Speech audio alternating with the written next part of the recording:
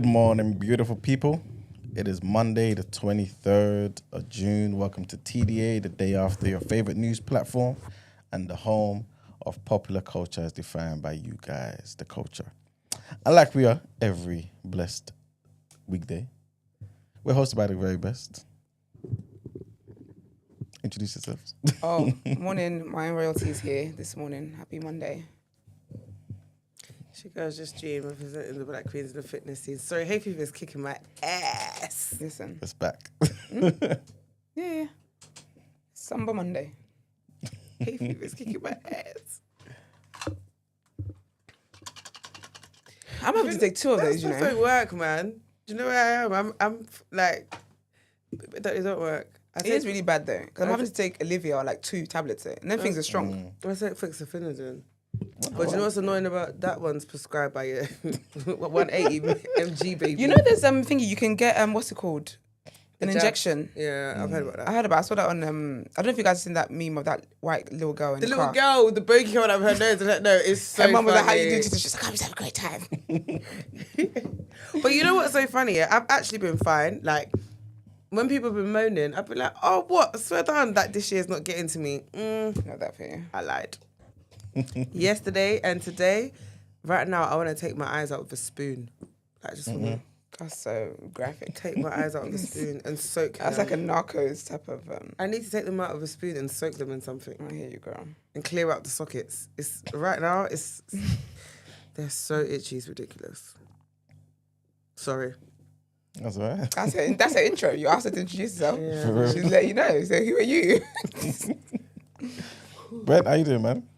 I'm blessed and highly favored. Thank you very much. How's everybody? Lovely. Woo. Hear it. Silence is deafening. Yeah, it's World War III upon us, isn't it? So everything's a bit different. You gotta wake up a bit different. You gotta greet people a bit different. You get me? What are the people that study crystals and retrograde and all that stuff?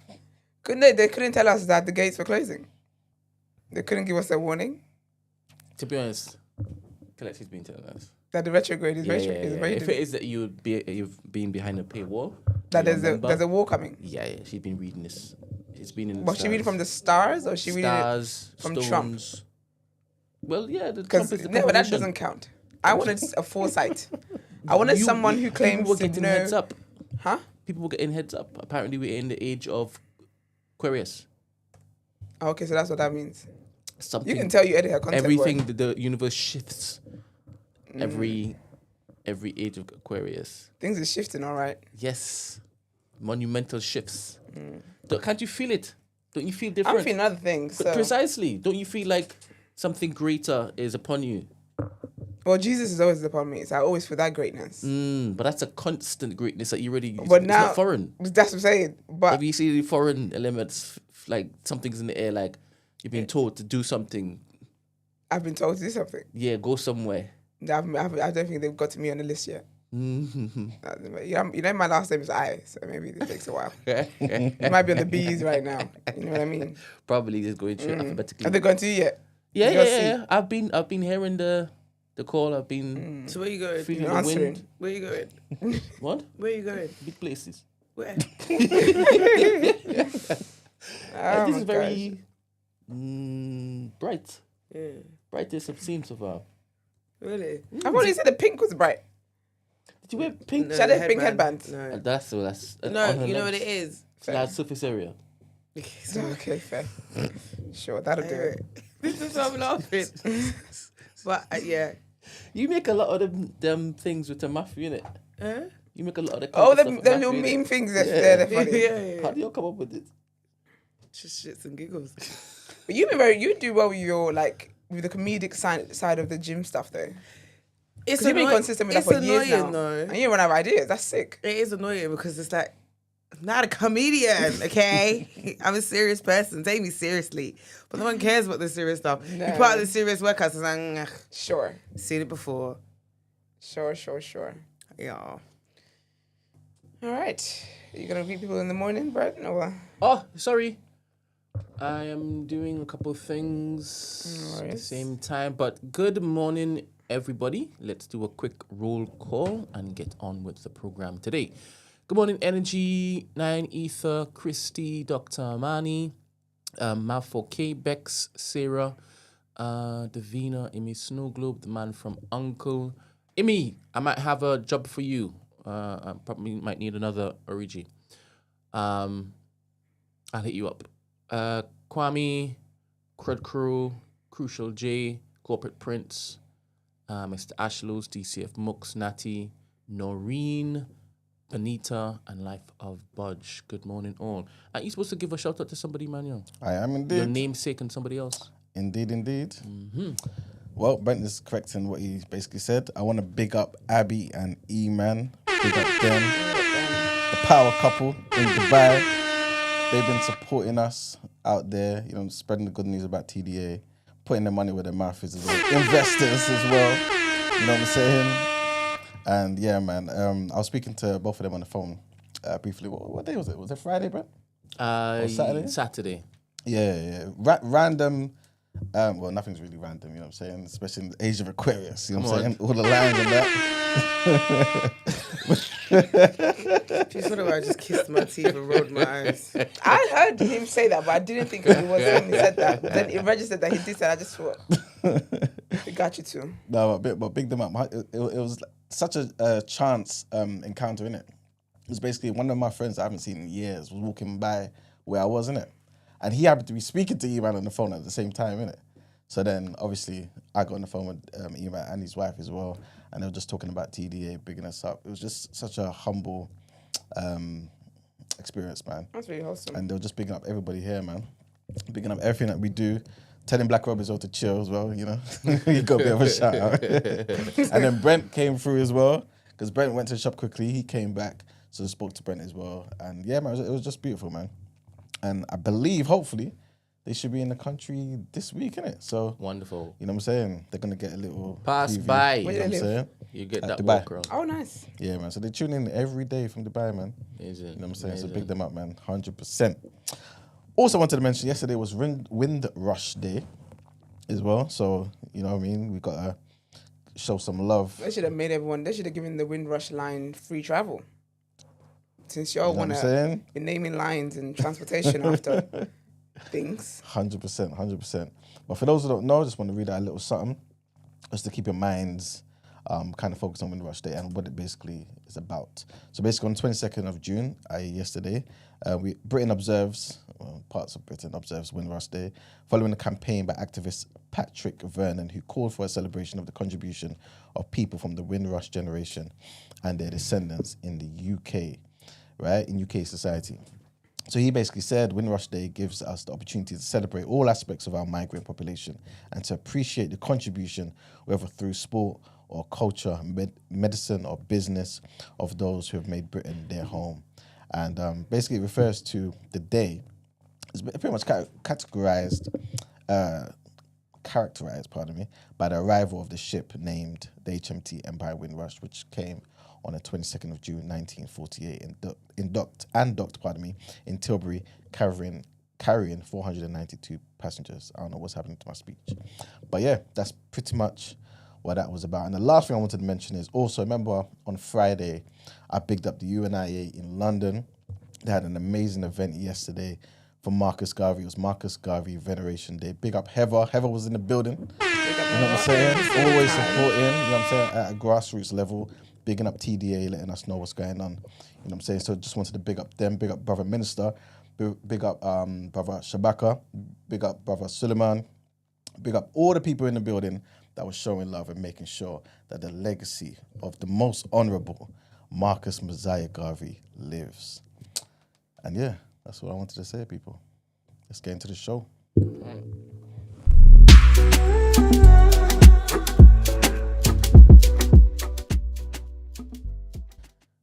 All right, people. So, as you guys know, in fact, let me just say trigger warning, because obviously, like Brent said earlier, we're on the verge of war, man. Potentially. Hopefully, we're not, but it's what it's looking like, man. But just want to say, a day after US's strikes against Iran, Donald Trump alludes to regime change, saying if the current Iranian regime is unable to make Iran great again, why wouldn't there be regime change? Trump also stresses the monumental damage to Iran's nuclear facilities, hailing what he calls obliteration, despite the UN's inability to determine the exact degree of impact. Iran's ambassador to the UN accuses the US of waging war under an absurd pretext whilst oil prices are on the rise, with the US Secretary of State Marco Rubio asking Beijing to put pressure on Iran not to close the Strait of Hormuz. The US State Department has issued an alert to Americans all over the world. Next headline, and the Prime Minister has spoken to President Trump in the aftermath of America's attacks on Iran. But in the end, the call beforehand demanding a yes or no answer didn't come. That's not to say it might not come in the days or weeks to come, but the British government is making it known that while it was told in advance what Washington was about to do, it didn't take part and wasn't asked to.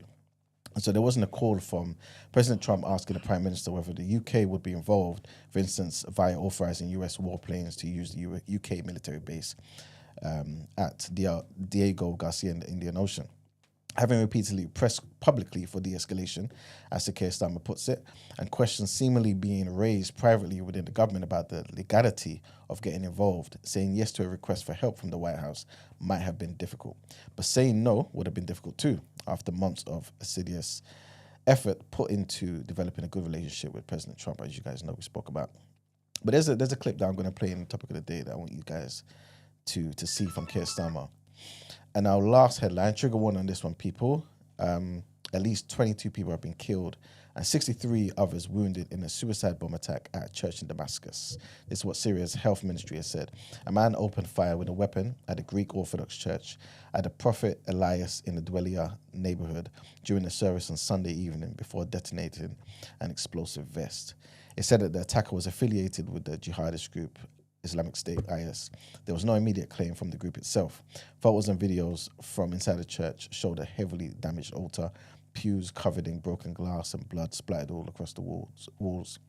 A witness, Lawrence Marmary, who was speaking to AFP, a news agency, said that someone entered the church from outside carrying a weapon and began shooting. People tried to stop him before he blew himself up. It was the first such attack in Damascus since the Islamist-led rebel forces overthrew Bashar al-Assad in December, ending 13 years of civil war. And that's it for the headlines, people. Just getting to our topic of the day.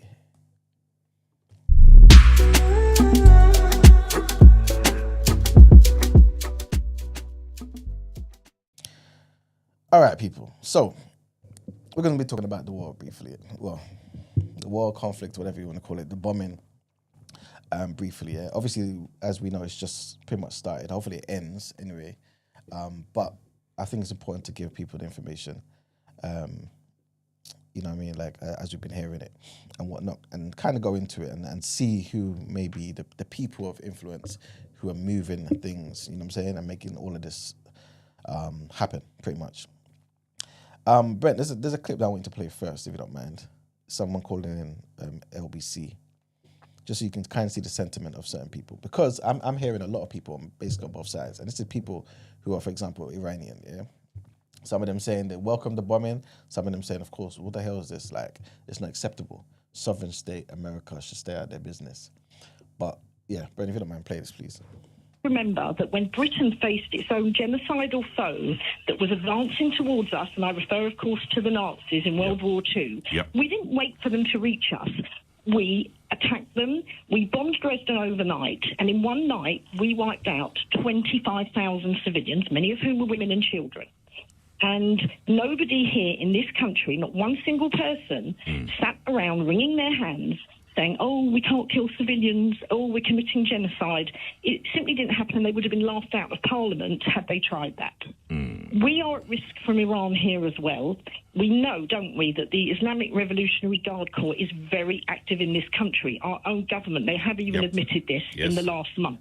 They have foiled, they say, 20 plots by the IRGC. They're the only ones we know about. We also know that the IRGC has been addressing universities in recent years and inculcating terrorism and anti-Semitism and bigotry towards women. So for us to be lecturing Israel, who has actually got the balls, frankly, to do something, I think does not speak well of this Labour government. I think we should remember that when Britain faced its own genocidal... I want to give a summary of what happened here. So this started on June 21st, yeah. So June 21st to June 22nd, there was an operation called Midnight Hammer, right? And this is basically what happened. U.S. forces, including B-2 stealth bombers, right, armed with 30,000-pound bunker buster bombs, right, and Tomahawk missiles fired from submarines, launched a precision strike on Iran's most sensitive nuclear facilities. Now, all of this basically is around the idea that Iran shouldn't be having nuclear weapons. Who has been pushing this idea? To be fair, other nations have said this over the past few decades and whatnot. But Israel, particularly, has been one of the nations saying they cannot have it because obviously they see Iran saying Israel shouldn't exist, and they are an existential threat to Israel. So, all of a sudden now, this is basically what has happened, right? Bear in mind, other presidents have stopped short of even actually, pushing the missiles out, right, to actually attack Iran. And long story short, they've launched a precision strike on Iran's most sensitive nuclear facilities. So 3 places, Fordo, Natanz, and Esfahan, right? And they've been coordinating with prior Israeli strikes on Iran's nuclear infrastructure. Trump declared that the attacks were a spectacular military success, as he would. You know what I'm saying? He's never going to act as though anything he did was a failure. And he actually claimed that a lot of these facilities were completely obliterated. There's some footage of some Iranians actually showing, wait a minute, this place is not as bad as this guy's making out to be, right? But still, some people are saying it obviously is. There's some aerial photographs and things of that nature. And plus, they're also talking about the fact that some of these facilities are underground. So these missiles, right, are basically drilling through the ground, going underneath, and then bombing up, exploding underneath, right? So you may not see all the devastation from the surface level. Anyway, the Defense Secretary, Pete Hegseth, who's been in the news quite a lot recently, described the operation as incredible and overwhelming, and an overwhelming success. Iran obviously retaliated with ballistic missile, but when I'm talking about retaliation, nothing's happened to America yet, right? When I say yeah, it's not me hoping for it, it's just me saying they haven't directed anything at America. It has been at Israel, right? So there's some ballistic missile attacks, drone strikes, and things of that nature. Gulf states and the global powers are obviously saying that there needs to be a de-escalation. We don't want this to get worse, all that sort of stuff. Because you have to think about the allies involved now. If this is a full-scale war, you've got Russia and China who are allies of Iran. This will literally be World War III, right? And there's a clip there that I want Brent to play. I think I've labeled it something along the lines of Keir Starmer, Brent. I think it's the last clip. So when you load it up, just play it. Israel obviously backed the US, calling it a historical pivot for regional security, talking about it's not about regime change. Well, this is what America's saying. It's not about regime change. It's about stopping Iran from actually... That last one? Keir Starmer one. Oh. It's about regime change. America's saying it's not about regime change. It's just about stopping them from getting their hands on a nuclear weapon. A country like that, people with that mindset, those people, etc., whatever way you want to frame it, should not be having nuclear weapons. And this is what Israel is basically saying as well. Israel, who has nuclear weapons, by the way. But this is Keir Starmer's response, right? I want to address Israel's strikes on military targets in Iran. This is a live situation and we are obviously monitoring it closely alongside our partners. I am clear that Israel has the right to defend itself against Iranian aggression. I'm equally clear that we need to avoid further regional escalation and urge all sides to show restraint. Iran should not respond. We will continue to work with allies to de-escalate the situation across the region. I want to address... Do you hear how crazy that is? Take it. You know what I'm saying? Israel has the right to defend itself, which basically means Israel has the right to bomb you people indiscriminately, right? But Iran don't respond. What are we doing here? If not for America, and obviously, we know Iran would have taken that place off the map a long time ago because, like, people I think are really underestimating the power of Iran's military, right? But obviously, they know they're backed by the big brother of the world. You know what I'm saying? America. And Keir Starmer, David Lammy, everybody, Emmanuel Macron, the French, basically talking about de-escalation. But while they're doing this, Israel is obviously having a back and forth. I don't really want to talk about my personal opinion. In fact, we'll get into that. I was going to ask you what your opinion is. Yeah, I don't mind. I'll get into that after. But what I will say is, at least Iran's responding with Israel. But I think they do know that, obviously, if they respond and try and take out one of the US bases, it's gonna be crazy. Especially if an American dies, it's going to be crazy. And I don't know, like, to me, I really don't like the dynamics here. I really don't like the dynamics that people think it's okay for them to have nuclear weapons, for them to bomb another nation, and they can't respond. Nobody liked it. None of these two nations that we're talking about, the UK or America, liked it when they said that Russia did the same thing to Ukraine. Everyone spoke about Ukraine being a sovereign country, and Russia went in there and did what they did. Even though Russia gave several warnings saying, don't come to my border, etc., etc., whatever the reasons you feel are justified or not, everyone criticized Russia. You're doing exactly the same thing. Same thing. Iran was minding its business, talking about preemptive attacks because you think someone's going to respond or do something to you, so I'm going to attack first. And then America gets involved and starts, what are we doing here? What are we doing here? Is someone in the Discord, bro? Yes, but I'm not sure if they know how to jump onto the stage. Okay. Figure it out, person. Figure it out. But yeah, I just feel like the whole thing is disgusting, man. It's the West again trying to moralize and act as though they're better than everybody else. You know what I'm saying? I prefer nobody has nuclear weapons, but since people got it, who the hell are you to tell somebody else that they shouldn't have it? You know what I'm saying? So, But you know, Trump has main character syndrome. but it goes back further than Trump, though. Yeah. You know what I mean? It's all of these. I think it's America in general, though. 100%. But it's Israel. You know what I'm saying? Like, don't get me wrong. Yeah. I'm even going to try and articulate this and see this from the Israeli perspective. They know they've got enemies all around them. So we know, like, for them, they must be thinking, what the hell's going on? Like, 24 hours a day, 365, they're always on edge. You know what I'm saying? Because they know there's certain nations who have actually made it, verbalized this, written it down in certain treaties and things of that nature, saying, we don't believe they have a right to exist. You know what I'm saying? Like, so I understand why they feel a particular way. But these countries are also minding their business. Do you know what I'm saying? I don't think it's right for you to start killing people, innocent citizens, acting as though you're doing something that's good for the entire world. It's wrong. You know what I'm saying? It's wrong. And they've been doing this for decades. This guy's been lying. Brent played a clip the other day, I think sometime last week. And it's also in the doc, Brent, if you don't mind playing that. It is number 3. And it shows Netanyahu's talking for decades now, talking about Iran are months away from getting a nuclear weapon. We need to bomb. For decades. Iran could produce a nuclear weapon in a very short time. It could be a year. It could be within a few months. They have the wherewithal, the stored up, preserved knowledge to make a bomb very quickly if they wanted to do it. Iran is so dangerous. Weeks away from having the fissile material for an entire arsenal of nuclear bombs. They're very close. They're 6 months away from being about 90% of having the enriched uranium for an atom bomb. Iran is gearing up to produce 25 bombs, atomic bombs a year, 250 bombs in a decade. Ladies and gentlemen, time is running out. Iran will be capable of producing alone, without importing anything, nuclear bombs within 3 to 5 years. If not stopped, Iran could produce... This is worse than the other one I saw, man. They went back to 1995. That's why I said, Raw. These people are diabolical, you know what I'm telling you.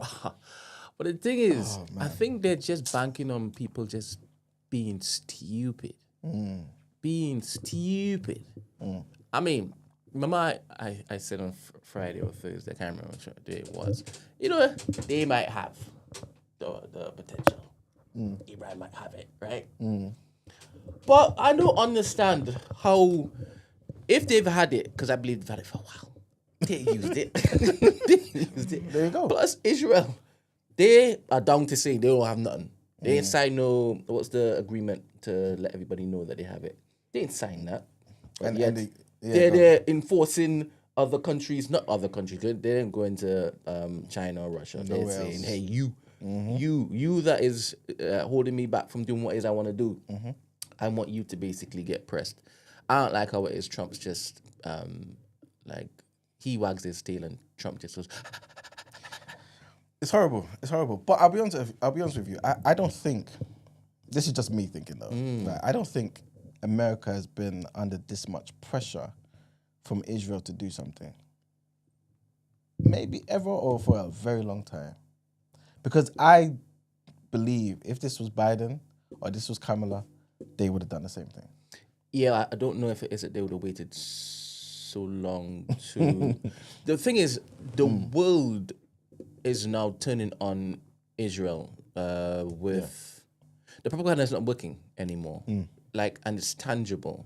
So they, Israel, needed a big flipperoo from a big nation. And why not get the biggest nation in order to do it? Because once the biggest nation goes, UK is going to follow. 100%. As you've seen, Keir Starmer has come out to say, yeah, we're back in it. And we're trying to basically have conversations. And Iran don't look to respond. Imagine. So I think, to your point, like this is the worst you've seen it, it's because they've never been in this position before. The world is looking at them and saying, you're mad. Yeah. You're moving mad. So but I think it's because with previous governments, right, they had when I say the time, they had the time to kind of do this in a very small, incremental fashion. Netanyahu knows he doesn't have time. He's getting arrested.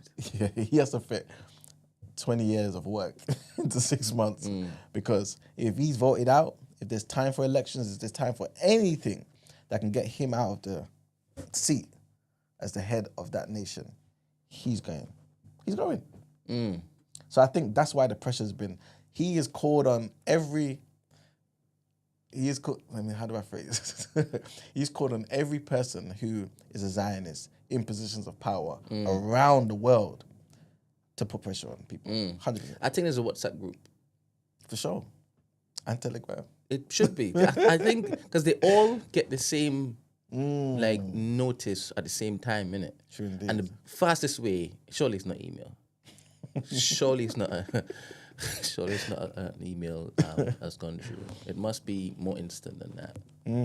Yeah, 100%. Mental, man. It's a damn shame, man. It's a damn shame because I don't know, like. Address. Thank you, Brent. That's one of the clips that I wanted to play. The last line said, "Thank you, God." play for the people. It's number. Oh, man. What the hell? Where is it? Yeah, number 4. 1, 2, 3,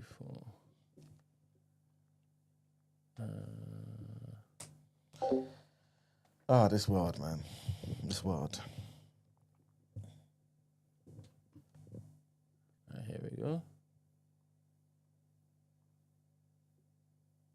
A short time ago, the U.S. military carried out massive precision strikes on the 3 key nuclear facilities in the Iranian regime, Fordow, Natanz, and Esfahan. Everybody heard those names for years as they built this horribly destructive enterprise. Our objective was the destruction of Iran's nuclear enrichment capacity and a stop to the nuclear threat posed by the world's #1 state sponsor of terror. Tonight, I can report to the world that the strikes were a spectacular military success. Iran's key nuclear enrichment facilities have been completely and totally obliterated. Iran, the bully of the Middle East, must now make peace. If they do not, future attacks will be far greater and a lot easier.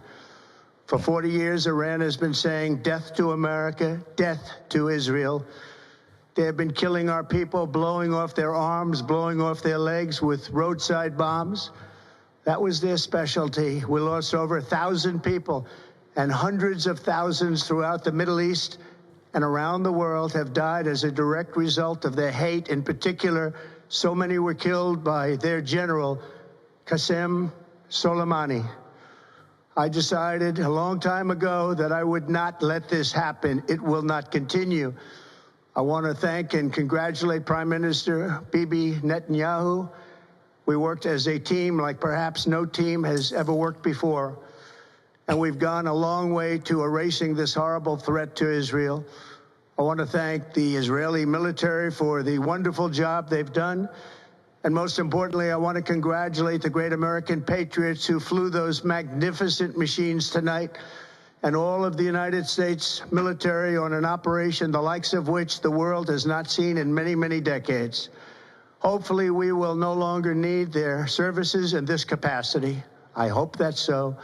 I also want to congratulate the chairman of the Joint Chiefs of Staff, General Dan Raisin-Kane, spectacular general, and all of the brilliant military minds involved in this attack. With all of that being said, this cannot continue. There will be either peace or there will be tragedy for Iran far greater than we have witnessed over the last 8 days. Remember, there are many targets left. Tonight's was the most difficult of them all, by far, and perhaps the most lethal. But if peace does not come quickly, we will go after those other targets with precision, speed, and skill. Most of them can be taken out in a matter of minutes. There's no military in the world that could have done what we did tonight, not even close. There has never been a military that could do what took place just a little while ago. Tomorrow, General Kane, Secretary of Defense, Pete Hegseth will have a press conference at 8 a.m. at the Pentagon. And I want to just thank everybody, and in particular, God. I want to just say we love you, God, and we love our great military. Protect them. God bless the Middle East. God bless Israel, and God bless America. Thank you very much. Thank you. Everyone's crazy, man. Everyone is crazy. Everyone is crazy. It's a damn shame. There's a clip that I wanted to play, but I can't play it. I'll tell you guys later. But essentially, in that clip, it basically talks about why is it, that the right and the left, the Democrats, the Republicans, can disagree on everything. Everything. Healthcare, everything. When it comes to support of Israel, though, they are in unison. Regardless of the party line, there's no line drawn anywhere. They are one. You know what I'm saying? It doesn't matter who it is. Clinton, Obama, Biden, Trump, whoever. Everybody will agree with Israel on this. And like I said earlier, it's weird. It's a weird one because a part of me wants,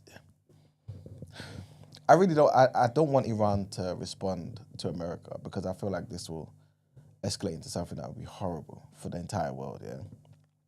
But it's one of those things where it's like, if I was the Iranian leader, I think the way I'll be bombing Israel right now will be insane. I think, quick thing, like if it's coming anyway, because you already carpet bombed me, right? You know what I'm saying? Yeah. Quick. But I do believe they've already started planning. Yeah, they have. And I don't even think it's just going to be Israel. I think they're going to start doing their active cell. Wow, around the world. Yeah. That's why, I don't know why Starmer looked to say what he was saying. I'm not telling people don't go to concerts and stuff. Of course not. Of course. No. But I'm saying. Yeah, innit? Oh, yeah.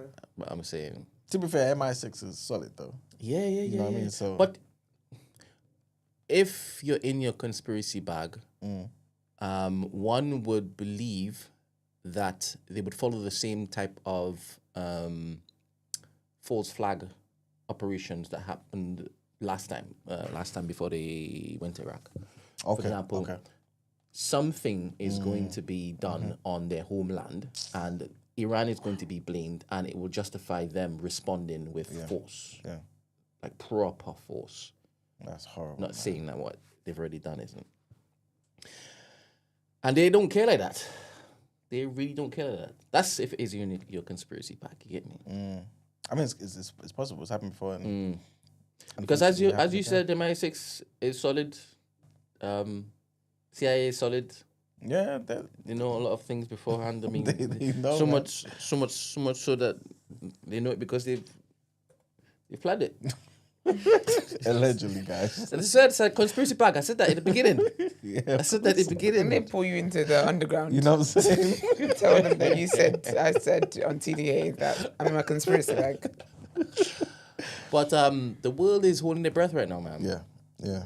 And I don't think everybody quite knows how disastrous what this guy did is. I watched a video, an interview with one of the people who are normally part of a team who are supposed to be consulted before something like this has happened in the U.S. Congress, right? Intelligence, something or the other. And he was interviewed a day after, and he said he found out about this on Twitter. That's insane. He found out about it. He said whilst he was eating his breakfast, he found out about it. That's insane. Everyone who would have been against it was left out, innit? You know what I'm saying? Everyone How was can you against it. find out about it on Twitter? Insane. Nah, Trump's a madman. But you have to ask, like, what does Israel have on him? Allegedly. I don't think they got anything on anybody, you know? I think they just got people in positions of power. They have one of the strongest lobbying groups in the world, in America, the AIPAC guys. Anything they want done is going to get done. But you're saying it's just a money thing. You're saying Trump is more being than money. moved just by money? It's more than money, Brent. It's power. It's being able to cripple anything that has a significant amount of impact in that country. I think it's more than money. It's far I'm more than telling money. you, it's more than money. Yeah, 100%. But I don't think it's pictures. I don't think it's I don't think it's pictures. I don't think it's pictures. What do you think it is then? No, I'm not doing that. It's not Wednesday, bro. True indeed. It's not Wednesday. No, but honestly, I just feel like I say all the time, yeah, I think the economics is everything, man. And if they can threaten the economy of a particular nation. Danielle has a theory. She said she would share it with me soon, but you know, she's been in banking on the inside for years, isn't it? And she's currently working. Like she's seeing things moving in this the annex, so she feels it's a global push for something or the other. But again, it's not Wednesday, and I haven't got permission yet to basically share the theories. But yes, it all has to do with economics. Always. Black Rob says everyone is motivated differently. It's a combination of money and blackmail. Potentially, yeah, man. Potentially. But yeah, people have just got themselves in particular positions of power, man. And when they finance particular things as well, when they've now got themselves into particular positions and you've got somebody who represents their interests in those places at the top level, various levels, they just have to come together and form like Voltron, and it's a wrap, man. They'll threaten you and it's a wrap. What can you do? Because for BB, imagine I'm giving him a nickname, for him to be saying beforehand, I understand America first, but America dead? This is after Trump was playing coy with him not knowing and him knowing, you know? So BB said, nah, there needs to be a little bit more pressure. So he comes out, leaves his address, and then boom, a couple of days after, I see. Trump says, yeah, I've demolished them. Imagine. And I dare you. I dare you. You think Iran's going to do anything other than basically look to cause as much havoc as possible? But that's the thing, though. What does the havoc look like, though? Because if they hit them US bases, it's not going to be good, man. I think they're going to do a combination of things. And the one thing that's going to really terrify the US citizens, because that's really what they want to do. It's not just bombing a bloody military base that's going to cause fear. Yeah. It's you don't know where we'll pop up to do something. True. Do you understand? This primitive manner in which it is that we can roll out our response. Very, very sad, man. It is indeed. But you see how his voice shook when it is that he said God. Said God? Yeah, it's unfamiliar in his mouth. Oh, man. He said, God bless the Middle East, Israel, and thinking. Did you see Netanyahu's thanking of Trump afterwards? I don't think I've seen that one, you know. I don't think I've seen that You one. could tell full well that he's like, all right, cool. As part of our agreement for you to do what you did, I'm gonna come out to say, yeah, you're the best. See. Me too would find it. Well, whilst you're even looking for that, Trump posted, I believe, on the weekend. You know, he's got his Truth Social website or platform, talking about the Nobel Peace Prize. You know, that guy is really obsessed with it. You know, I would hear people say, oh, you know, he really wants the Nobel Peace Prize. I think, come on, man. Does he really, like, is it really that serious? This guy listed the amount of conflicts he has helped stop. Mentioned the Congo one, yeah. Congo, he set up a new agreement, he said, between Congo and Rwanda. But nobody's going to give it the Nobel Peace Prize. I did the one in Pakistan and India, but no one's going to give him the Nobel Peace Prize. You're not getting one for this, bro. You're not getting one for this. The West, you know what I mean? אזרחי ישראל היקרים, אחיי ואחיותיי. Oh, man. ממבצע עם כלביא. I don't understand this. Hold up. Oh, you don't? Oh. You need to learn Hebrew, man. There was a... Whatever, do you understand אזרחי Hebrew? ישראל היקרים. That's how I read the Bible. כשנבחרתי לראשונה לראשות... Which one? Here we go. The Hebrew.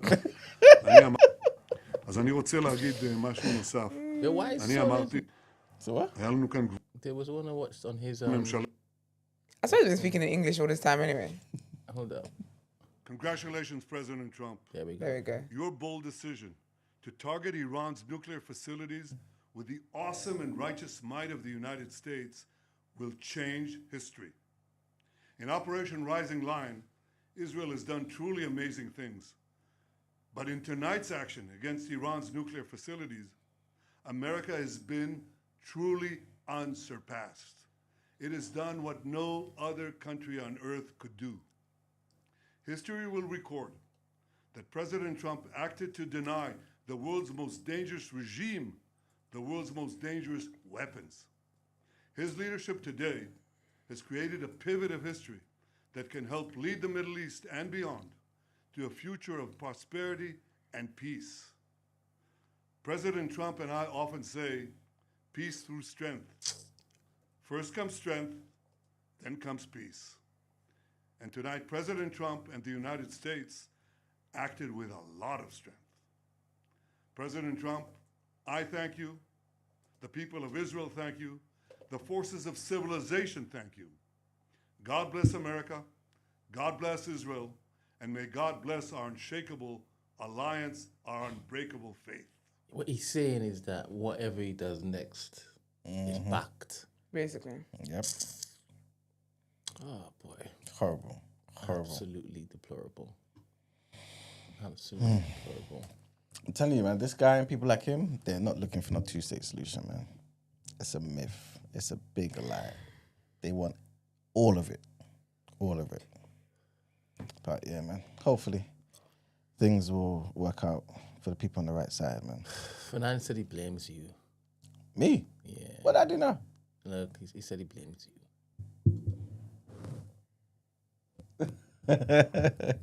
Fernand says, I blame you lot for all the Trump will be good for the economy. Well, Fernand, what would have happened would be somebody else would be in power. The economy in America wouldn't be good, but you'd still get the bombing in Iran. That's what that would happen. So right now, you're spending X amount of money on whatever you're spending on, you'd be spending more on it, and you still getting the bombing. Nothing would have changed. Well, Americans anyway, to be fair, there might not have been tariffs like crazy all around the damn world. You know what I'm saying? So Might not, it definitely would. Yeah, that's true. So good point there, Fernand. But in terms of America, economy might have been worse, might have been the same. But the bombings, the indiscriminate bombings, people dying for no goddamn reason, that still would have happened. This is all Israel controlling this. That's it. It's crazy to say, but America's the puppet, man. That's it. And UK is the smaller puppet. That's all. But anyway, I think we can wrap it up there, Brent. Thanks, Estendina. Most welcome.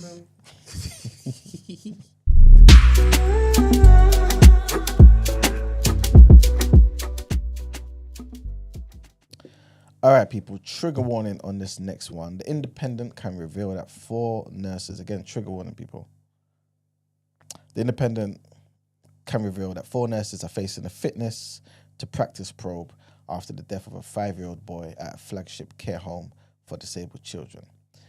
This young boy's name was Connor. He died at Tadworth Children's Trust, TCT, the UK's largest brain injury rehabilitation centre for children, which can care for up to 66 young people, having sophisticated... Sorry, that was terrible. He suffocated, pardon me, guys. He suffocated when a cot bumper became lodged under his chin. A what? A cot bumper. You know them? Yeah. He had been there for 6 weeks, receiving care for neuro-rehabilitation.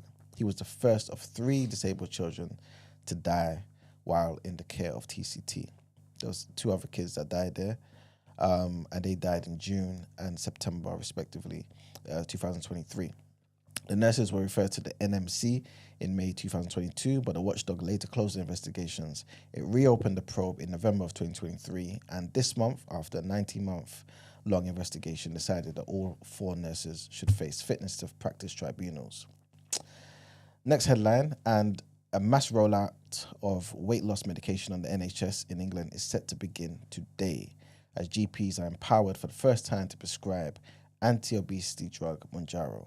The drug, which is also known as I can't pronounce that, guys. Tirzepatide. Definitely not that. Gina, have you heard anyone coming to you talking about, I'm going to be on that Mounjaro? A few people, but the funny thing is there's some company that keeps like trying to get me to do like an ad with them. I'm just like, guys.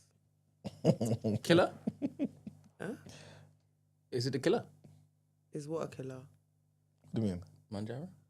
Oh, is that a killer? Oh, you know what? I'm so slow because I literally just got you. You're an idiot because I literally just got it. And I'm usually quite sharp. Just hay fever. Just hay fever.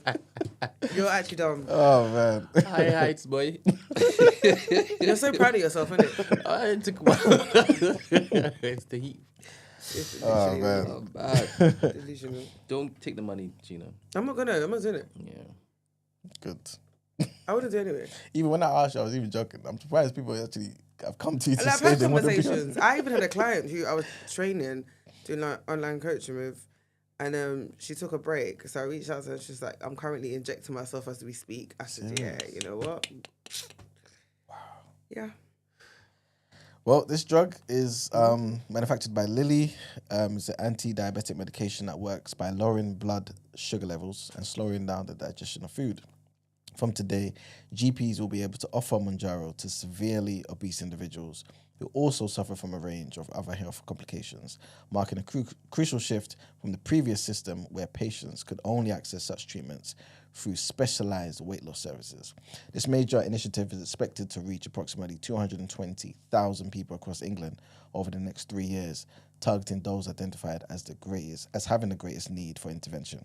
But leading family doctors said that some GPs have expressed concern about the additional workload linked to the rollout. And pharmacy experts also said that there could be pressure on supplies of the drug. And the last headline, faced with unpredictable Donald Trump and an aggressive Russia, Europeans favour increased spending on defence and in some countries, compulsory military service, man. A survey of 12 countries for the European Council on Foreign Relations showed majorities for increased defence spending in Poland, 70%, Denmark, 70%, and even in the UK here, 57%. Support was softer elsewhere, but large minorities in Germany, 47%, Spain, 46%, and France, 45%, also backed bigger military budgets. Italy was an outlier. Only 17% of them favoured higher spending, and 57% of them was against it. Europeans in several countries supported reintroducing mandatory military service, with the crucial exception of 18 to 29-year-olds, those most likely to be called up in any armed conflict. People in France, 62% of them were for that, 53% were for it in Germany, and 51% in Poland. They were the strongest supporters of military service. And the research also found that the European public divided sharply over Trump, whose return to the US presidency has scrambled traditional allegiances to Washington.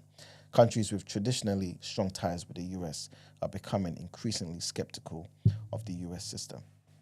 And that's it for our headlines, people. It's time to pay them bills. Let's get into People's Journal. Okay.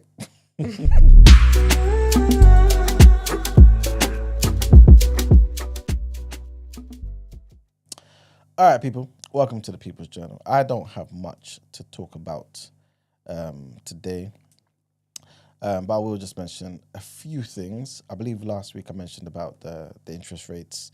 Today, the FedEx founder, apparently, I don't know why I said apparently, but the FedEx founder and former boss, Fred Smith, he's passed away at 80 years old. He founded the firm back in 1973, having previously served in the US Marine Corps. He ran the company as CEO up until 2022. And yeah, man, they're just picking him up, man. The current boss, he basically said Fred was more than just a pioneer of the industry and the founder of our great company. He was the heart and soul of FedEx. Also wanted to mention that now, apparently, there's lower energy costs. And that's basically part of, well, the aim is to have lower energy costs, I should say. And that's part of the government's 10-year plan for industry. Lowering energy costs for thousands of businesses by exempting them from some green energy levies will form a central part of the government's new 10-year industrial strategy. We're going to get into this when I get a bit more information about this particular scheme. But essentially, they're looking to unveil a whole 10-year industrial strategy, right? That's aimed at boosting economic growth. And the key focus will be on lowering energy costs for businesses. So obviously they're seeing the impact of leaving a bit more money in the pockets of business owners, right? Entrepreneurs and things of that nature. The plan includes exempting over 7,000 businesses from green energy levies, which will potentially slash about up to 25% anyway of these businesses' energy bills, 25%. And this new scheme will cut energy costs for manufacturers by up to £40 per megawatt per hour from 2027. So that's when it's really going to kick in on 2027. And then it's going to increase discounts for energy intensive firms. Will this roll on to us? Who knows? Who knows? Also, with regards to this, the conflict that we just spoke about as well, Marco Rubio, I believe we mentioned this in one of the headlines, but just in a bit more detail. He has actually called out China, not called out, called on, I should say, China to basically tell Iran, relax. You know what I'm saying? Relax. Don't do anything crazy. They're looking to close the Strait of Hormuz. At least this is what people are thinking. But they're telling China to tell Iran not to do that. You know what I'm saying? Because that's a crucial global shipping route for oil. I believe the price of oil is already shot up anyway because of this, because of what people were anticipating will happen. But Iran's parliament has approved a plan to close it, right? Although the final decision does rest with the Supreme National Security Council. China, by the way, is Iran's largest oil buyer. So they import over 1.8 million barrels daily. So they're one of the key players in this. So obviously, this is one of the reasons why they would reach out to China to try and, I guess from their perspective, talk sense into the minds of the Iranians regarding what's happening here. And the last thing I wanted to mention is River Island. You guys shop in River Island? Not consistently. Not really? Like the odd pieces. Well, they're planning to close 33 shops in the UK, man. That's going to put hundreds of jobs at risk. I think back in the day, they were definitely more popular, innit? Mm-hmm. But yeah, man, it's not looking too good for them, man. They say that more people are shopping online, pretty much, innit? And it's higher cost to run these stores. Hardly anybody's coming in, then I'm sure, why do we need to have these stores? So they're looking to close down 33 of these stores. Hundreds of jobs will be at risk. And yeah, man, they want the landlords of these particular stores that they, have their base in to cut rents at 71 other stores, you know what I'm saying, which are also at risk. So worst case scenario, if it doesn't work out in their favor, you could have like 100+ River Island stores closing in the UK. Hundreds and hundreds of people's jobs will be at risk. But yeah, just want to give you guys a heads up. But that's pretty much it for the People's Journal. Is that asking for a Brent? Asking for a friend, Brent? Yep. Okay, let's get to asking for a friend.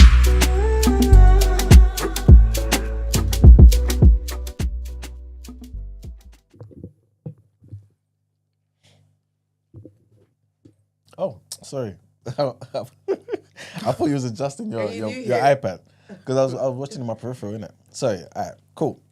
So we've got two asking for friends, yeah? First is from a woman, 27 years old. And she says, or she asks, well, let me just read it, man. She said, my boyfriend might be anti-black. He only likes, okay, I'm assuming she wants to say he only likes me with wigs on and relaxed hair. I'm not sure if he's attracted to me with my natural 4C hair out. It's something I've noticed but not brought up because I don't want him to flip out and automatically be in denial. What do you suggest I do to sort of suss him out more?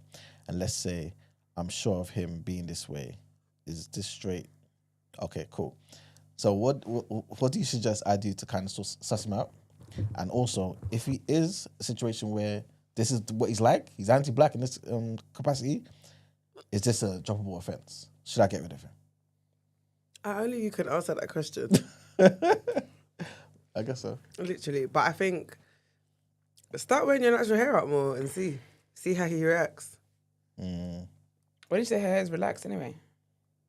True, actually, yeah, you're right. Or maybe like, I think have a conversation and be like, oh baby, I'm thinking about going natural. Yeah. And see what he says.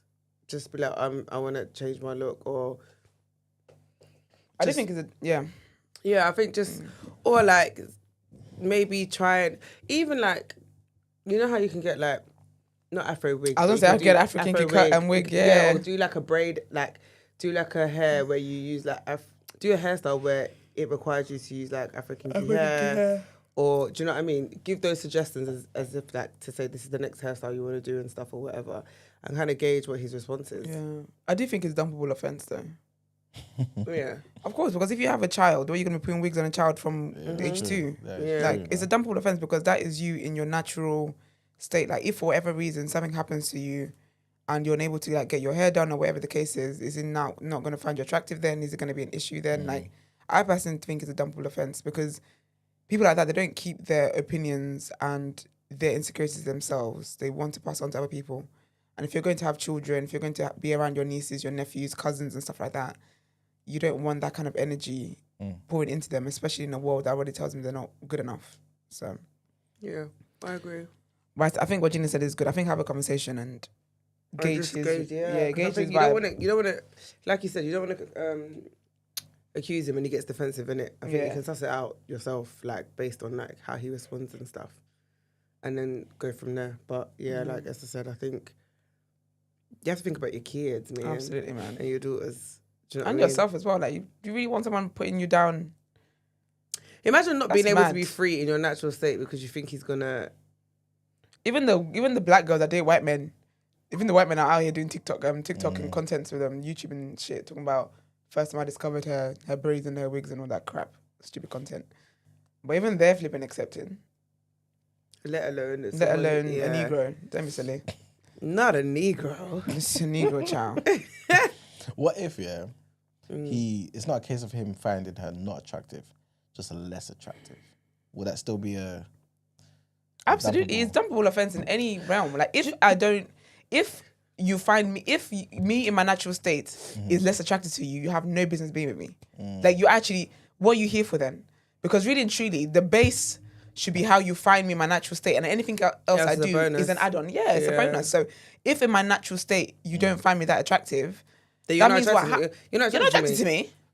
You're not attracted to me. You're attracted to an idea of me. In the most basic, you're not attracted to me. You don't actually fancy me. That you actually don't like me. You don't fancy me. You're not attracted to me.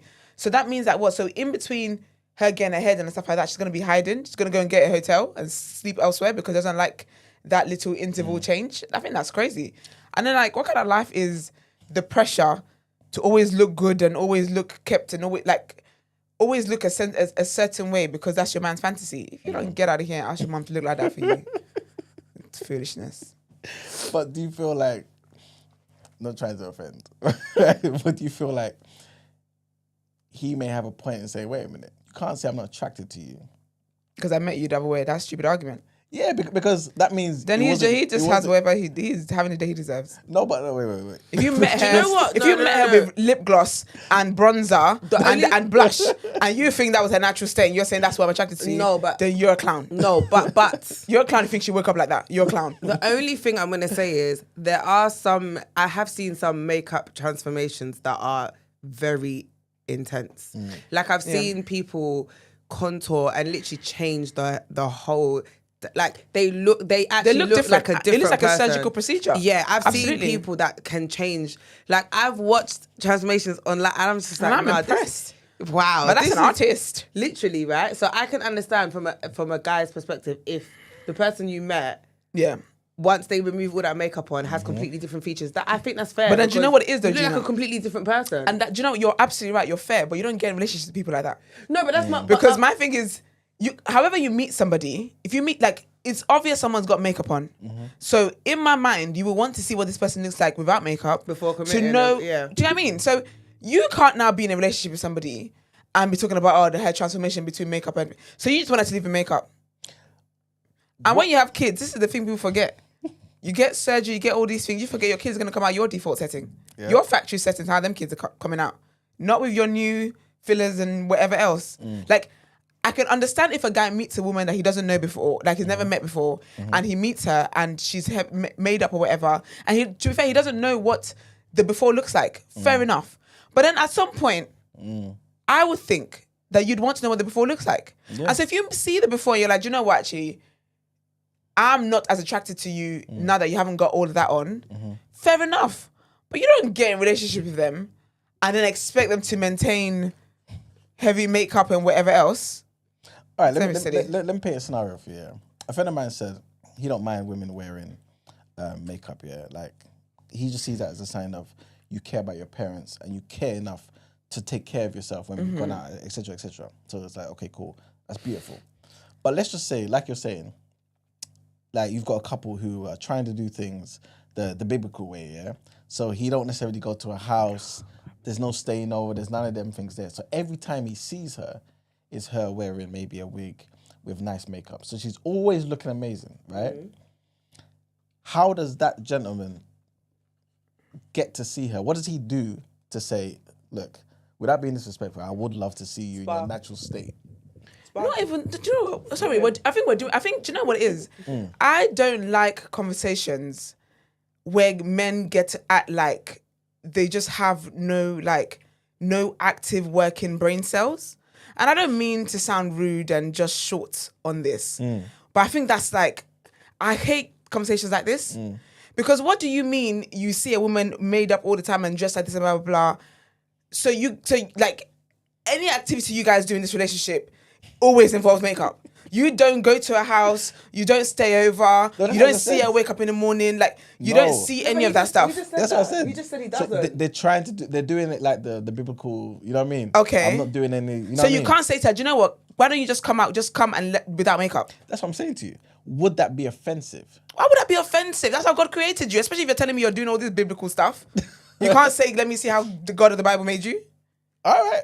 I don't know. I think people make bigger deals out of things. I don't think you need to go through the whole rigmarole of going to a spa. The gag is actually the girls are going to spas because I tell you why that one size setting spray. You can be in the sauna, it's not gonna move. So people can be in the spa. Extreme, man. But that's the thing. But if I like being made up and whatever the case is, I'm going to a spa and I want to have a good time and I want to look cute while I'm doing it. Of course, I'm going to go to the spa. I'm not going to the spa with a kaftan on. I'm going to go with a bikini. And my hair's going to be curled up and stuff. People don't go to the spa wigless. People go with their hair laid, frontal laid. Hence why I get a steam part.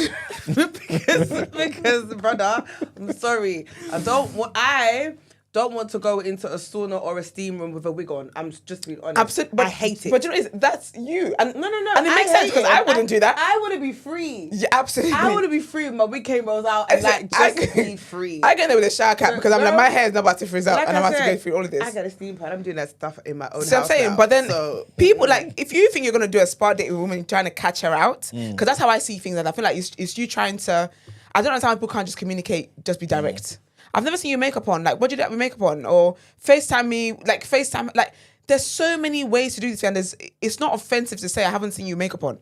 I need to know the person I shouldn't see you out in public and you haven't got makeup on. I don't recognize you because I've never seen you makeup on. Don't that sound combative though? No, it doesn't. If a guy says, I've never seen you makeup on, what do you do with that makeup? I don't think it's that deep.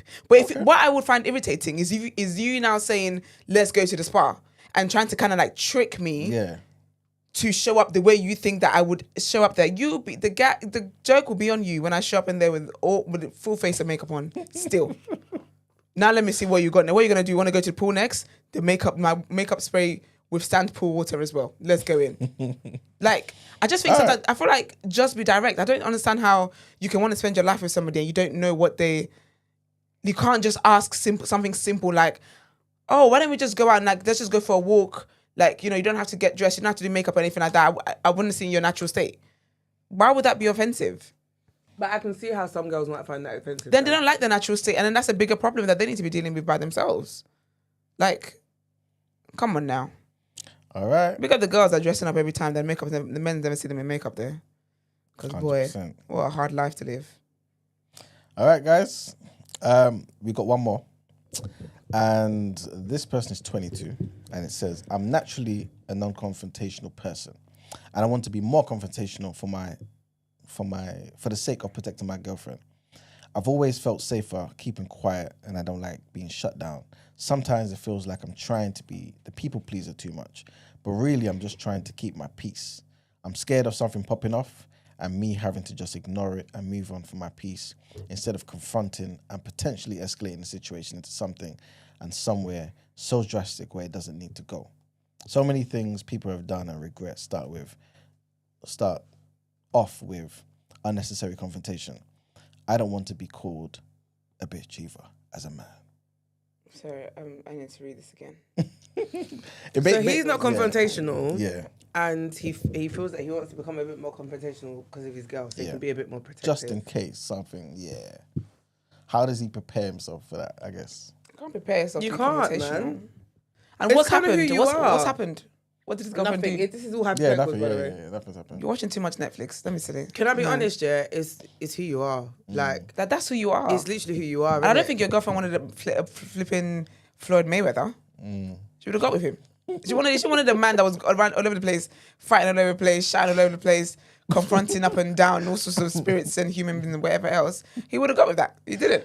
Oh, sorry, she would have got with that. She didn't. She got with you. And why are you preempting? Why are you preempting things? Or do you have a troublesome girlfriend? Because then if you do, then your girlfriend's trying to bring you out of character that is not your true character, then you might need to reconsider that relationship. Trust me, the spirit will hit you when it needs to. You don't need to plan how to be confrontational. It never goes the way you plan anyway. Maybe something happened to maybe To be like a fair. friend, you know what I mean? Like a couple that's a friend, and he's thinking, damn, how would I have behaved in the situation? You know what I mean? So he's thinking, It happened to you first, and you know how you behave. That's how we're doing it. That happened to you first. But also as well, like, not everybody in life has to be confrontational. I'm currently praying to be less confrontational. I'm not so much confrontation. I'm very reactionary. So I'm praying for less of that. Like, not everyone has to be that. I think I actually like I like people that are cool headed and like very chilled and not necessarily not like that. And I think if it was a thing where you saw your girlfriend in danger, I don't think that you would, in my mind, you would protect her. I feel like that's human instinct. Some people, child. Some people. I just don't think it's something that you need to prepare for, basically what I'm trying to say. I think that if your natural temperament and your natural character and personality is just being the chill guy, the sensible guy, like let's talk things through, I don't see why you should try and cosplay somebody that you're not. It could lead to very crazy and dangerous things. And I think if it's a thing where you're saying this because your partner wants you to be more confrontational, then you need to have a conversation with your partner and say, you knew who I was when you met me. Like, I don't know. And if it's a thing where you do feel like, hey, do you know what? If a situation arises, like, I think now that you feel like you want to prepare, that's your preparation. Now you're preparing. This is your preparation done. So if something should happen where you feel like it does cross a line, cross whatever, a boundary, whatever the case is, then just speak and be like, hey, don't talk to. I don't know what scenario we're talking about here. I don't know what scenario I could possibly. Is it like with family? Is it with friends? Is it with her friends? Is it with your friends? There's so many different scenarios that will require different ways of responding. Do you get what I mean? So you can't possibly prepare for something that's not happened yet. If something's happened, then please give us some more information so we can be more direct. But I don't know how you can prepare to be confrontational if that's not who you are.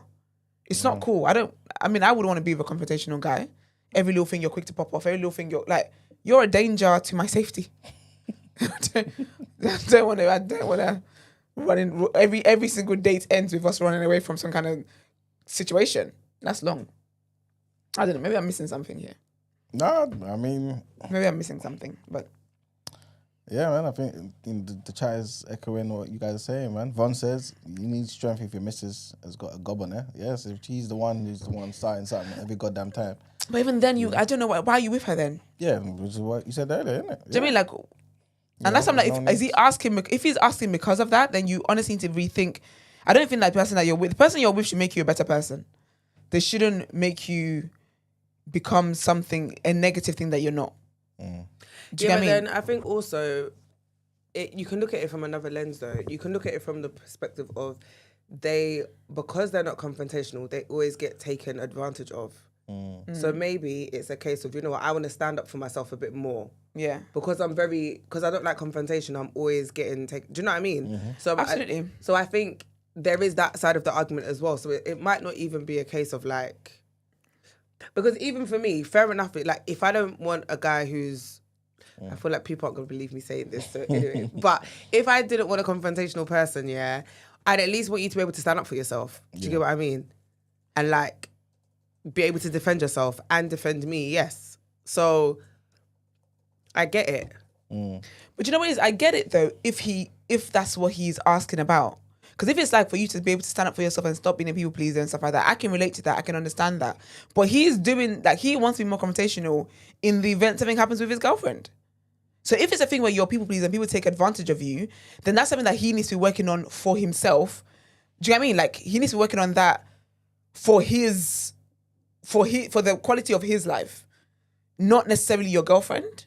And so if that's the case, then you just need to stand up for, like, do things that people do upset you? Then if it does, then stand up for yourself. I don't know how you give people tips on how to be more confrontational. Because even then, even if it's like a thing where people take advantage and stuff like that, it's not necessarily being confrontational as it is you establishing boundaries with them and letting them know that you're not interested. And as such, if they carry on doing what they're doing, then they will have they will no longer have access to you. Do you get what I mean? But I think if you're trying to be confrontational for your girlfriend, I think it's a little weird request, child. But all the best. Yes. All right. Well, that's the last asking for a friend, man. So let's get into our last set of headlines.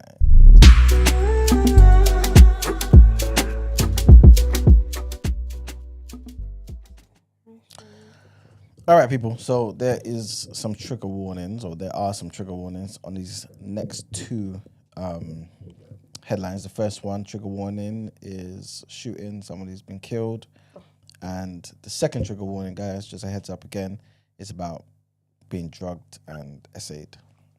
So the first one, local officials have said that a bride was shot dead on her wedding night in a village near the southeast French city of Avignon after masked gunmen opened fire. One suspected attacker was also killed in an apparent exchange of fire, and a groom and a child of 13 were seriously wounded during the incident in the village of Gault. A manhunt involving dozens of police officers and a helicopter is underway for an unknown number of suspects who managed to flee. Initial reports suggested that one of the attackers had been run over by the couple's car, but the prosecutor, Florence Gauthier, referred to the suspect as having been hit in the exchange. The surviving attackers, who had arrived by car, fled on foot after the shooting, and French media report that the violence may be linked to drug-related score-settling situation, and authorities have opened an investigation into murder and attempted murder. Next headline, trigger warning, as I mentioned, essay, guys, serious essay. And a serial rapist who was convicted of raping 10 women in the UK and China has been jailed for life with a minimum term of 24 years. This animal's 28 years old, you know. What? Anyway, Zhenzhou Zhu was sentenced on Thursday at Inner London Crown Court. Judge Rosina Cottage told him that he would serve 22 years and 227 days before he was eligible for parole, taking into account time spent on remand. Zhu was found guilty in March of 11 counts, of rape, 1 count of false imprisonment, 3 counts of voyeurism, and a number of other offences, including the possession of extreme pornographic images and the possession of a controlled drug with intent to commit a sexual offence. Many of his victims were unconscious and rendered defenceless after being drugged. Zhu, guys, listen to this. He was a PhD student at UCL, University College London. He was arrested in January of 2024 after one of his victims came forward to police. And our last headline, a British father-to-be has spoken out against the UK's family visa rules, describing the experience as making him feel like a second-class citizen for falling in love with someone who's not from the UK. Mr. Todd is urging the government to reform the system, specifically calling for the abolition or reduction of the MIR, which is the minimum income requirement. This controversial threshold dictates that the earnings British citizens must demonstrate to bring their non-UK partners to the country. That's basically what it does, right? And it's a policy that's currently under review by ministers. Earlier this month, MAC, the Migration Advisory Committee, set out its recommendations after a review requested by the Home Secretary to look at how to set an MIR for family visas that balances economic well-being and family life. It warned against raising the threshold for family visas to the same level for skilled workers as planned by the previous government. Skilled workers are only eligible to come to the UK if they earn a salary of $38,700 or more, compared to $29,000 required mainly for family visas. The UK's current £29,000 threshold was set last year, 2024, and is high compared to other high-income countries reviewed by the MAC. And that's it for the headlines, guys. Time to pay them bills. And let's get into the reaction.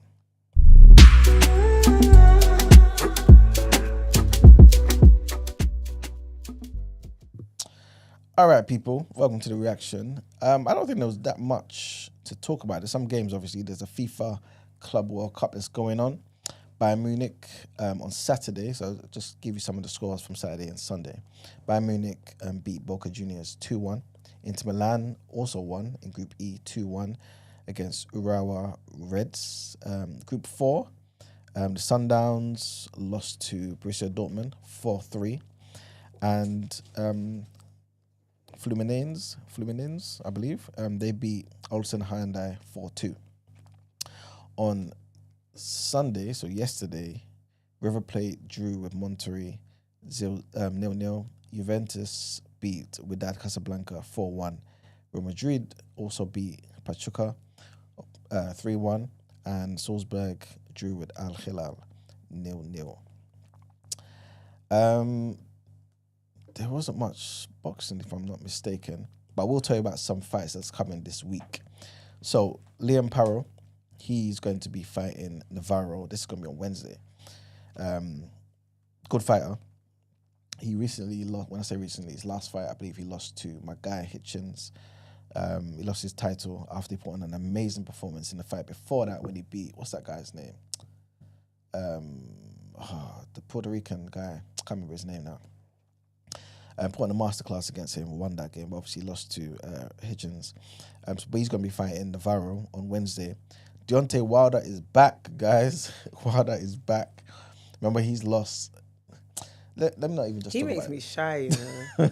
Makes me so shy. Why? Because he just does the most and then gets like beat up, and then it's just like. I would prefer it if there was just, but I guess it's boxing, isn't it? Like all the showboaty stuff is like part of the whole experience, isn't it? But it just really makes me shy when like at the end it's just like. It is sad, but the thing is, remember, Wilder, I mean, he's never been the most skilled heavyweight, but he has, I believe, the most defenses, either equal or the most defenses of a world heavyweight world championship belt. You know what I'm saying? So you gotta give him his respect at the same time, man. He has lost, I think, 4 of the last 5 fights, and obviously everyone thinks he should retire. But he's coming back, man. He's gonna be fighting on Friday against a guy called Terrell Herndon. If I'm not mistaken, I think they're saying that he also split with his trainer. But yeah, we'll see what happens, man. This obviously will be a fight that I guess everyone's hoping that Wilder would win in a typical way that he does, you know, by knockout. Because there are some talks about AJ potentially fighting Wilder, man. Yep. That'd be interesting. That would be very interesting. But this AJ would kill Wilder in 1 round. Like, even though AJ is not the same AJ, he's still AJ. You know what I'm saying? And Wilder, like, if he doesn't let his hands go, he's just an ordinary guy. You know what I'm saying? And it's dangerous for him to be in the ring against anybody, to be honest with you, if he's going to be like that. Also on Saturday, Jake Paul's going to be fighting, man. I know he's not a professional boxer like that, but he's a professional boxer, right? And he's going to be fighting Julio Cesar Jr., Julio Cesar Chavez Jr., so the son of the legendary Julio Cesar Chavez. He's never been somebody that's lived up to his family name. No disrespect to him. He was a world champion, though, I believe at light heavyweight. And Canelo went up there and beat him up. But he's going to be fighting Jake Paul.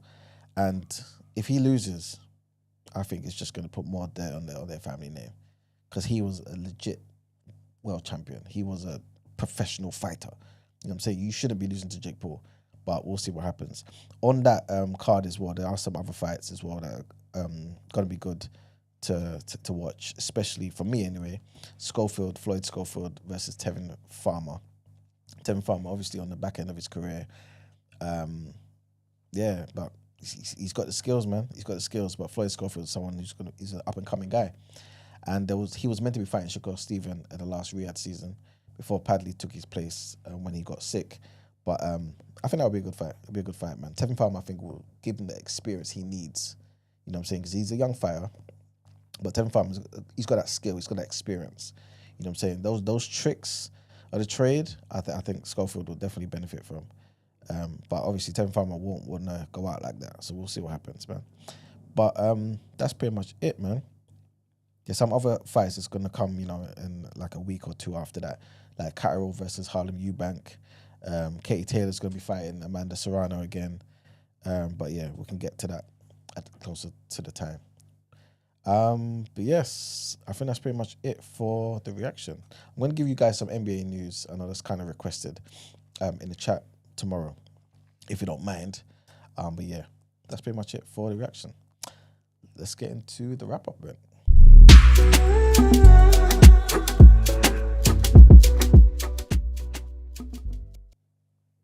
Did you manage to see the Jim Jones and Nas debate? No, I've not seen it. I only saw I even messaged Yusuf because you know that's his bag. So I didn't.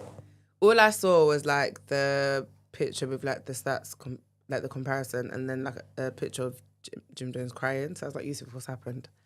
And he explained that someone was talking about they listen to Jim Jones, like he's very influential, like the way he dresses, all of that stuff. And I think, am I right? So, Fat Joe and Judicated's podcast. Okay. On there, Fat Joe basically said that he either read some commentary or heard something from somebody where they were comparing Jim Jones to Nas and basically suggesting that Jim Jones is better than Nas. And so Jim Jones decided to go on a little monologue, suggesting that if AZ pull up the stats, he's but he's the a heavyweight, but the stats were the complete opposite. Like it was like not even close. That's why I was shy. I thought, wow, if it was close, I'd understand. It's like the entire music world is coming up to basically tell him to sit down with it. Yeah, another shy moment. Terrible. He's insane. I remember Ramsey spoke about that the other day, innit? Yeah, but that's ridiculous. Jim terrible. Jones, you know. Absolutely terrible. I did want to quickly say something. Ed has just reminded me, man, that the legendary John Bones Jones, man, the greatest UFC fighter ever, has retired, man. Serious. He's retired, man. You started it like he died. Yeah, literally. I thought you were going to say, oh my gosh, like he's R.I.P. Well, the sport is R.I.P. because he's gone. No, I'm joking. But obviously people are trying to question his legacy because he didn't fight, what's his name? Aspinall. Acting like Aspinall isn't like everybody else that gets beat by John Jones. What's killing me is you looking at me and Gina like we know what the hell. He's looking at us like wanting us to like oh my gosh, no way. Yeah, I was up ad libs. Aspinall sounds like a paracetamol brand. That's what you're talking about. Sure. Oh man, that's horrible. I can't believe they did that. Damn. But yeah, man, John Jones, legendary, man. Everyone who steps in the... Did he ever lose? Never. Who could... He lost on the no contest, though. What? He got... Yeah, like a no contest disqualification thing one time. Because he tried to kill someone. Early in his career, basically. So, who's next up? Who's the next Jimbo Jones? Oh man, Jim who? John. Jim John Bones Jones. Sure. I mean, a lot of people love Aspinall. To be fair. Oh, the same guy you're talking about. Yeah. As a heavyweight, anyway. Who else is there killing in the UFC? There's quite a lot of guys, but I can't think of anyone at the moment. I watched the fight with Usman.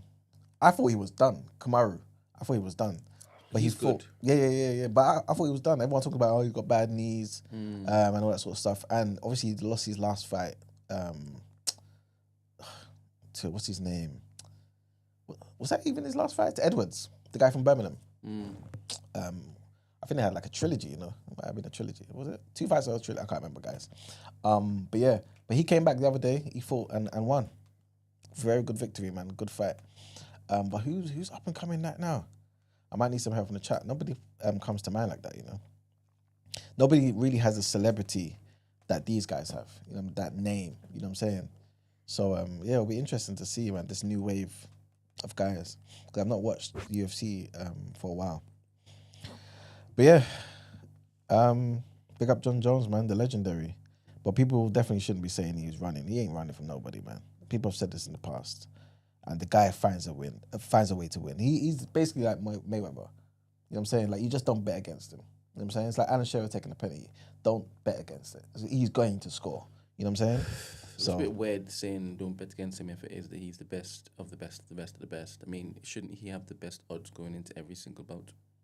The best what? Odds. Like, shouldn't the odds be in favour of him every single time since Yeah, he's pretty never much. lost? Pretty much, yeah. So don't bet against him. Yeah. Only because people are saying, oh, he retired, basically ducking Aspinall. People actually say, oh, should we question his legacy now? Did he run? You know what I'm saying? He was just holding on to the belt for the last... His last fight was like... I guess, what's his name? Stipe... what's his name? Miocic or something. I can't remember his name now. But obviously everyone knew that he was done. You know what I'm saying? But that was still a fight that John Jones wanted to have. And nobody really was expecting, I think, a different result anyway. But everyone wanted him to fight Aspinall. And he just held him to the back, onto the belt. And everyone was thinking, okay, when are you going to fight? And then all of a sudden we hear that he retires. You know what I'm saying? So that's why people are kind of down it. But at the same time, just go back and watch his fights and you know why he's the greatest of all time. Ed said he lost via DQ. Yeah, disqualification. That's the one I was talking about. That was early in his career though. And he got popped for PEDs, which was a no contest versus Cormier. Yeah, that's true. But still, man, he beat Cormier. You know what I'm saying? They fought, twice, innit? So yeah. Alex Pereira, he's a good fighter as well. He's a good fighter. What is he? Light heavyweight, I believe. Alex Pereira. But yeah, we'll see. But yeah, Brent, we're already in the wrap up, innit? All right, people, it's been a good show. Thank you for tuning in once again on this beautiful start to the week. Today we spoke about the war or the potential war. Hopefully it won't be a war. We spoke about Trump basically hailing the bullseye strikes on Iran, as the UN says that the damage is unclear. We spoke about the UK's position on Iran being clear, apparently, but they will listen to, but will the US listen to that or force them into this if this thing, escalates? We also spoke about the suicide bombing at Damascus in a church, which killed 22 people. We also spoke about the 4 nurses who are being investigated over the death of a young boy. We also spoke about the NHS changing the weight loss rules for the injections. Mounjaro is going to be rolled out. GPs are now empowered for the first time to prescribe this anti-obesity drug. And we also spoke about the Europeans backing high defense spending. Why? Because of Russia, that's what they're saying. And also potentially doing the whole mandatory military service as well. We also spoke about a bride who unfortunately lost her life on her wedding day at a wedding party in France. People are saying it's drug related potentially. And we spoke about the animal of all animals, this Chinese student who drugged and raped 10 women in the UK and in China. He's now been sentenced to 22 years in prison. And we also spoke about the calls to reform the family visa rules in the UK. And yeah, that's pretty much it, man. Hope you guys enjoyed the show. We'll be back here tomorrow, 8 o'clock. Tune in, share the video, please. Like the video, please. We are on the road to 10,000 Good morning. subscribers. Have a blessed day, people. Bye, y'all. Peace. Yeah, I do.